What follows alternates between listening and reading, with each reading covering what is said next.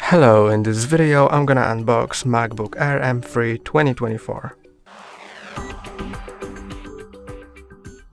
Let's open it and see what do we get inside. I've chosen the midnight blue color, and the midnight blue color comes with a new fingerprint resistant coating. So it's more fingerprint resistant than the M2 MacBook Air from 2022. And let's take these papers off.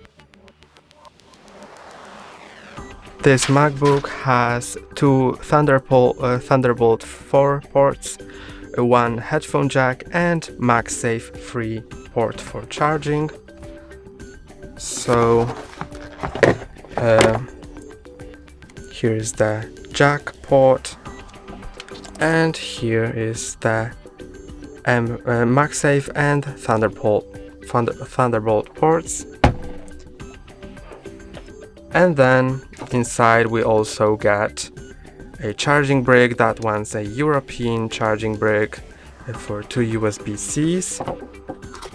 Charging cable that's color coded, the same as the MacBook, and braided. And some documentation here, as well as the stickers. And that's all inside of the box.